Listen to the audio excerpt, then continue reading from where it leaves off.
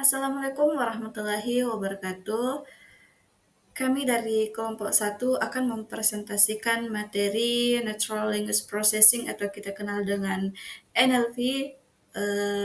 Nah, materi ini merupakan salah satu cabang penting dalam bidang Artificial Intelligence. Sebelum itu, perkenalkan anggota kelompok kami yang terdiri dari saya sendiri atas nama Rosmania Roslan beserta rekan kelompok saya yang bernama Muhammad Banu Hengkara Soebacio dan Hairil Alfi Syahri. Nah, melalui presentasi ini kami berharap dapat memberikan pemahaman yang jelas mengenai konsep dasar NLP, mulai dari penerapannya dalam kehidupan sehari-hari, serta tantangannya dan lain-lain sebagainya. Nah, lanjut di latar belakang bisa kita lihat pada gambar di atas. Natural Language Processing atau NLP adalah bagian dari kecerdasan buatan yang fokus utamanya adalah membuat komputer bisa mengerti bahasa manusia. Bahasa manusia itu kompleks dan tidak selalu terstruktur seperti bahasa pemrograman. NLP berusaha menjembatani perbedaan ini. Contohnya, yang pertama, komputer bisa membaca komentar orang. Yang kedua, mengerti maksud kalimat yang ditulis dan bisa membalasnya layaknya manusia. Nah, tujuan utamanya adalah agar komputer tidak hanya membaca data sebagai huruf, tapi bisa memahami makna dari bahasa kita dan bahkan membalasnya dengan bahasa alami juga. Nah, selanjutnya bisa kita lihat pada slide berikutnya, bagaimana fungsi dan tujuan NLP bekerja. NLP punya berbagai fungsi utama yang membuatnya sangat berguna. Nah, yang pertama adalah memahami bahasa manusia. Komputer bisa menganalisis teks dan mengenali makna dari kalimat atau pertanyaan. Yang kedua, ada menghasilkan teks seperti manusia. NLP bisa membuat chatbot, email, otomatis, bahkan puisi.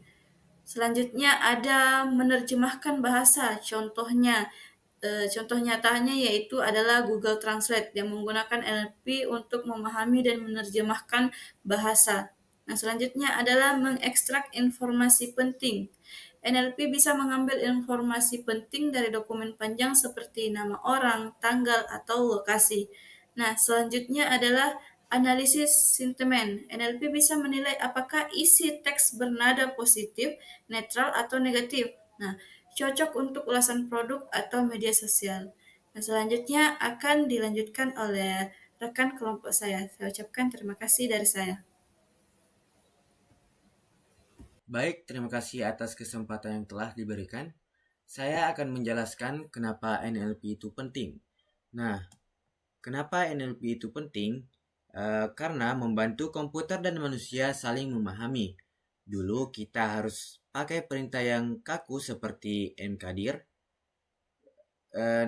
dan sekarang cukup bilang buat folder baru dan sistem dapat mengerti. Untuk contohnya seperti chatbot bisa menjawab pertanyaan pelanggan 24 jam.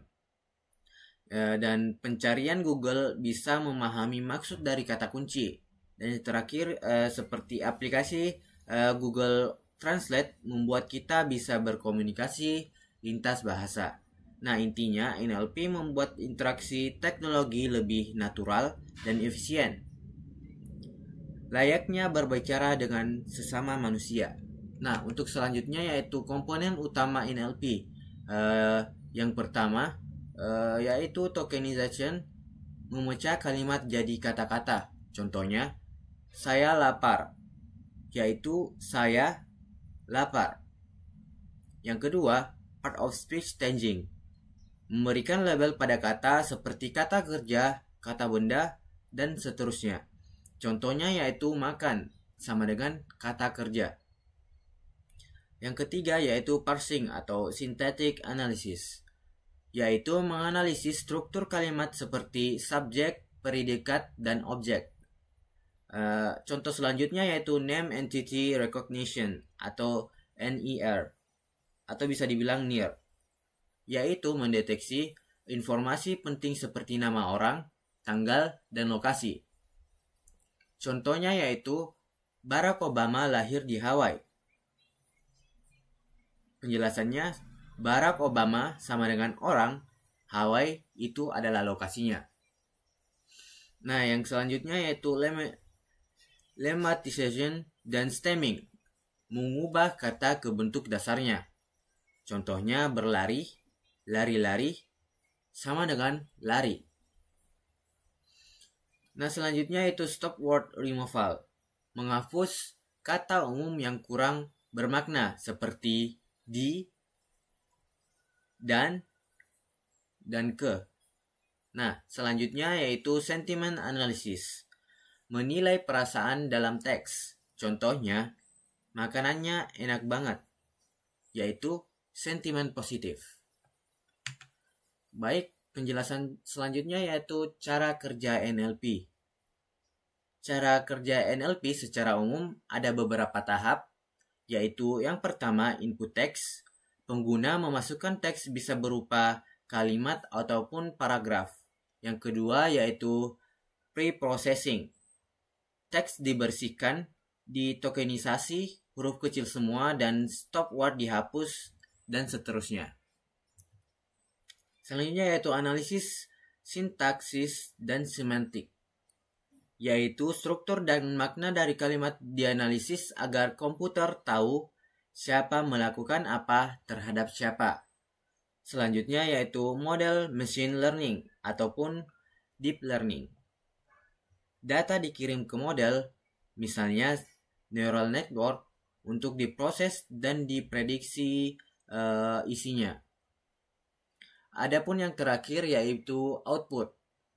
Komputer memberi hasil bisa berupa label kategori, ringkasan teks, jawaban pertanyaan, ataupun respon chatbot. Baik, penjelasan selanjutnya akan saya serahkan kepada rekan saya yaitu Banu Hengkara. Saya persilahkan. Contoh penerapan NLP. NLP digunakan di berbagai bidang. Yang pertama itu ada chatbot dan asisten virtual. Contohnya seperti Siri, Alexa, dan ChatGPT yang bisa menjawab pertanyaan secara alami. Yang kedua itu koreksi otomatis dan analisis esai. Digunakan di platform pendidikan untuk membantu menilai tulisan. Yang ketiga, analisis opini konsumen. Digunakan untuk melihat apakah komentar pelanggan itu positif atau negatif. Keempat, ekstraksi data medis. Mengambil informasi penting dari laporan medis secara otomatis. Yang kelima, deteksi ujaran kebencian. Sistem bisa mendeteksi teks kasar atau diskriminatif di media sosial. Selanjutnya, tantangan dalam NLP. Meskipun canggih, NLP masih punya tantangan besar. Yang pertama itu ambiguitas bahasa.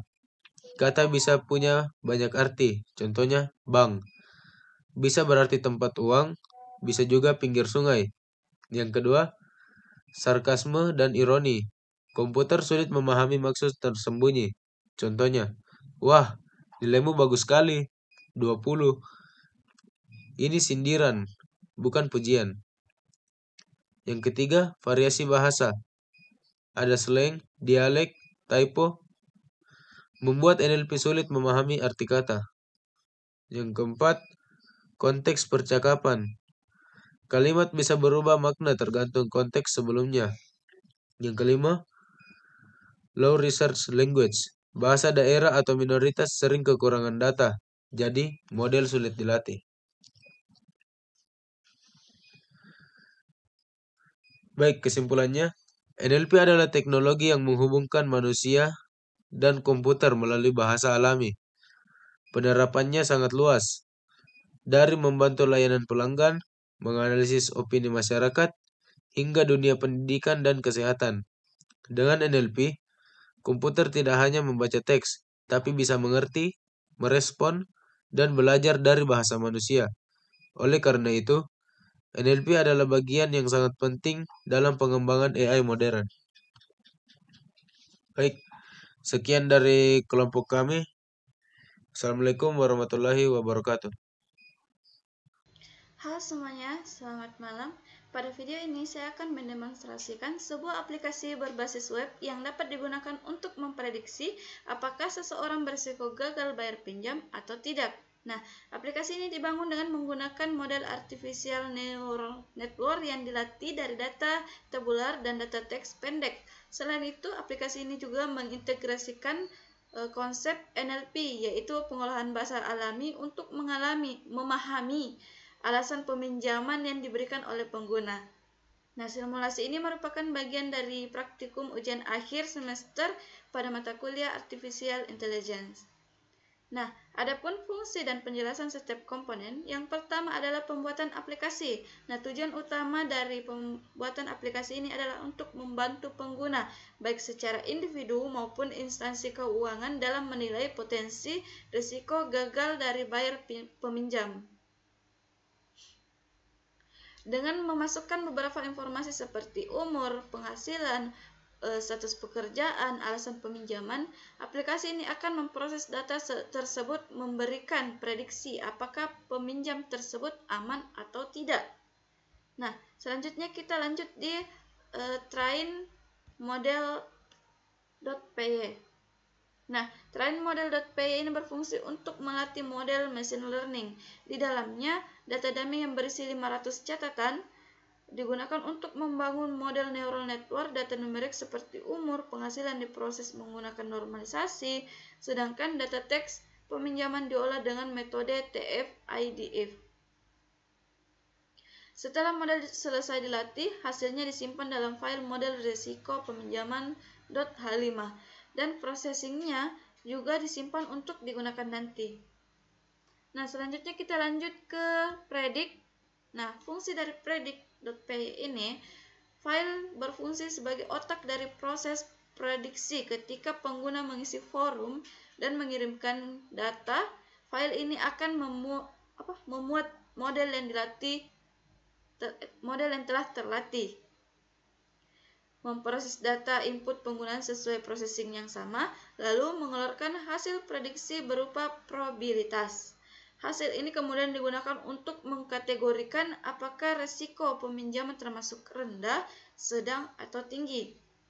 Nah, selanjutnya kita masuk ke app.py.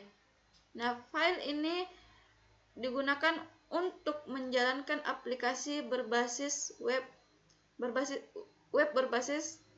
Flash. Nah, ini adalah file utama untuk menjalankan aplikasi tersebut. File ini bertanggung jawab untuk mengatur alur tampilan web, menghubungkan forum input dengan backend prediksi, dan merender hasil ke layar. Nah, ketika penggunaan mengunjungi halaman app.py akan menampilkan forum prediksi. Dan setelah input dikirimkan, ia akan memanggil fungsi dari predict.py untuk menampilkan hasilnya. Nah, adapun sebagai contoh, misalnya saya memasukkan umur 35, terus penghasilannya misalnya 6 juta.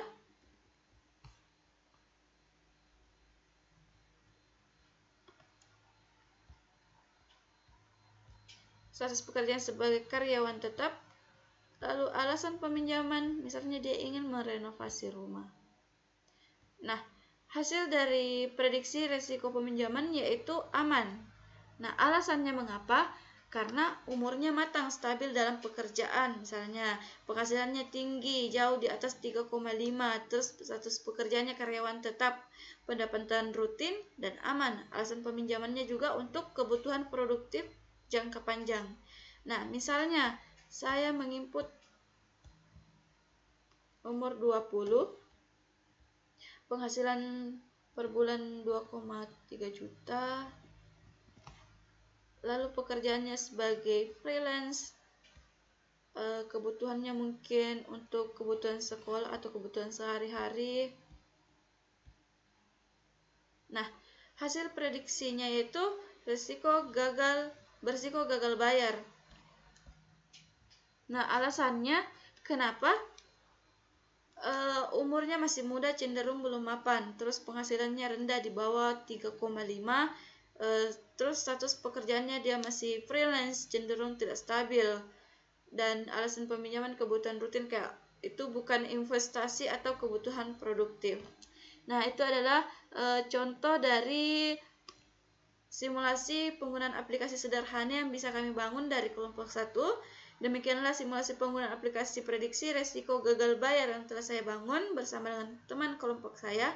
Aplikasi ini dibangun dengan data tabular, teks NLP sederhana, dan neural network yang memberikan hasil prediksi yang cepat dan akurat. Terima kasih telah menyimak video ini, semoga bermanfaat, menjadi inspirasi dalam penerapan kecerdasan buatan di bidang keuangan. Saya ucapkan banyak-banyak terima kasih dan mohon maaf atas segala kurangnya. Bye, sampai jumpa.